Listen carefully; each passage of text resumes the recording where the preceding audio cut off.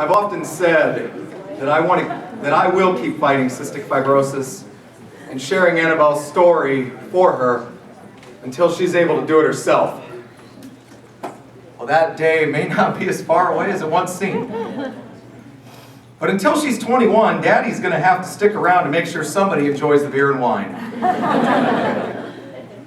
Annabelle now comprehends the basics of CF. You can see that. What you don't see in the video is that Annabelle now knows enough that she sometimes struggles with some of the realities of daily life. And it makes sense. Other children, like her own twin brother Dominic, don't have to take handfuls of pills with every meal. They don't have hours of physical therapy to clear their lungs, and they don't spend hours undergoing numerous medical tests at a CF clinic on at least a quarterly basis. Annabelle is learning she's different, and exactly what that means. A few months ago, Annabelle told Jessica and me she wishes she could crawl back into mommy's belly and get new genes. If only genetics were that simple.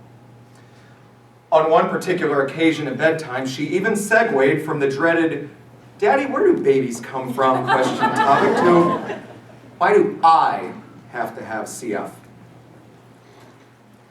I never thought I'd see the day I'd rather have the birds and bees discussion with my young daughter. Thanks, kid. While it's been 2 years since she's been hospitalized, and let me add how incredibly grateful we are for that. CF did remind us this summer that it's a silent disease. That was on a day when I thought we were going to have a routine clinic visit with positive feedback because she seemed to be doing great. Instead, we got a report that her lung function had declined a little, and we may even end up in the hospital. Now, some adjustments to medication fixed this issue, for now. And we recently had our best clinic visit in a long time. But we also know that CF lurks and can knock our family off balance when we least expect it. I'll be honest.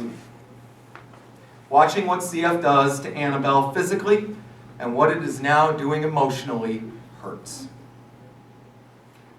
But watching Annabelle respond to the challenge by growing and taking ownership of her own care inspires. She's quick to remind us when she needs treatment or medicine, and is more than happy to correct her father when he forgets anything.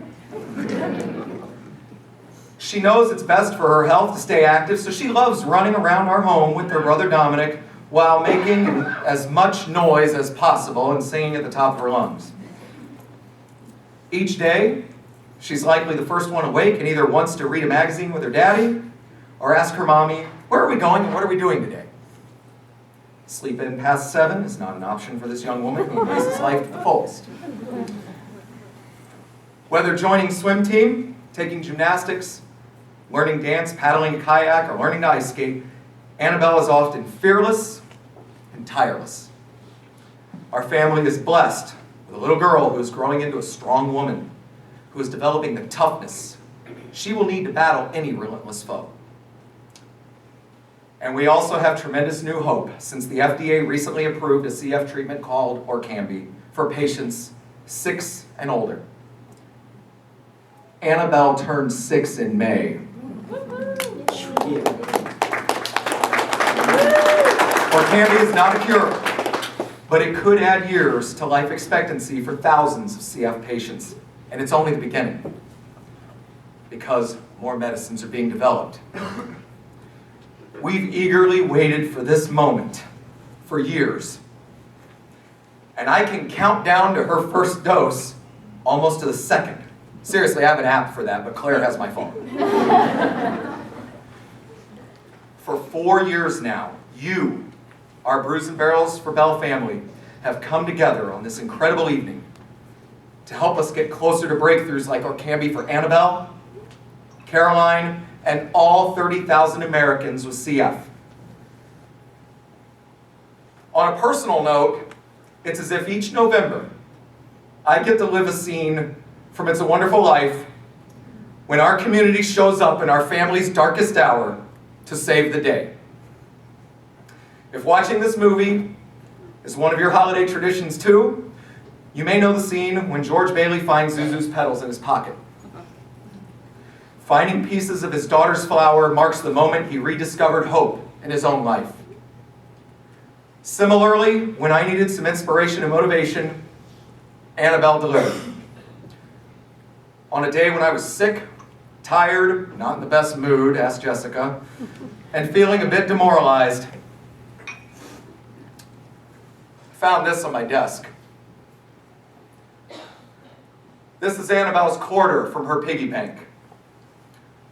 Her specific instructions were, Daddy, use this money to cure cystic fibrosis. Daddy will exhaust himself trying, Annabelle. There is no other option. I recently turned 37. That means I have now outlived Annabelle's life expectancy when she was born.